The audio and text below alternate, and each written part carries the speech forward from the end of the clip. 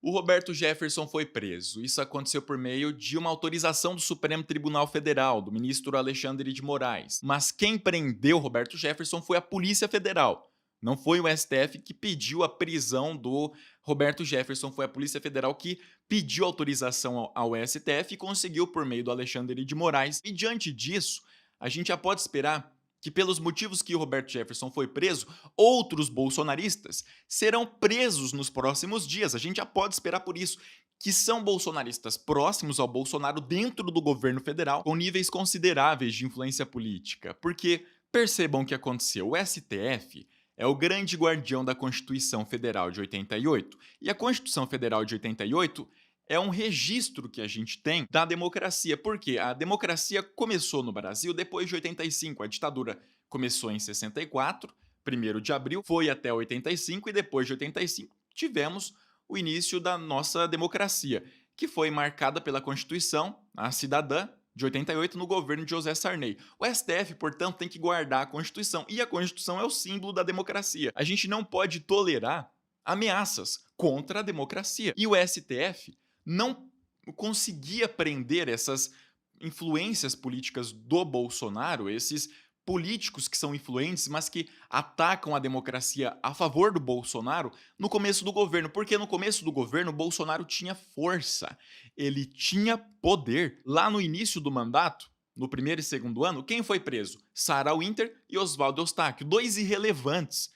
O STF foi medindo. Em seguida, o Bolsonaro perdeu popularidade, perdeu poder e foi o Alan Santos para a cadeia.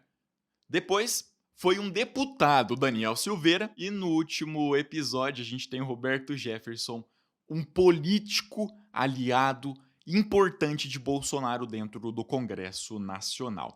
É uma questão de disputa de poderes.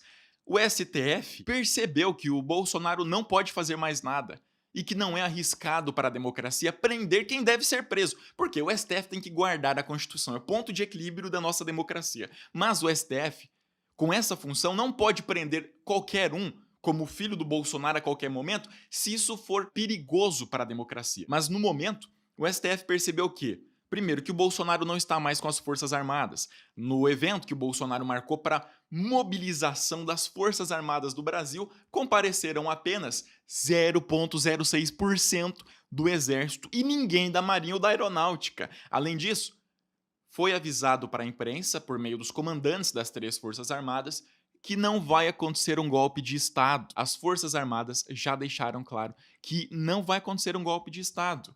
O voto impresso fracassou e o Judiciário percebeu isso, o STF percebeu isso. E o ponto principal, que entre os votos a favor e contra a PEC do voto impresso, aqueles que votaram a favor, que não conseguiram ajudar o Bolsonaro, porque o voto impresso foi arquivado, enterrado, metade dos que votaram a favor do Bolsonaro só fizeram isso porque, de acordo com o que acabou de chegar à imprensa, o governo liberou R$ 1 bilhão em emendas para aprovar a PEC do voto impresso. Ficou muito claro para o STF que na Câmara dos Deputados o Bolsonaro já não tem poder. Quem manda no Brasil, no momento, é o Arthur Lira e o Ciro Nogueira. Porque se o Arthur Lira quiser, um pedido de impeachment anda na Câmara. E se o Ciro Nogueira quiser, o pedido de impeachment é aprovado na Câmara e vai para o Senado, onde a maioria já está contra o atual governo. Entenderam como a coisa funciona?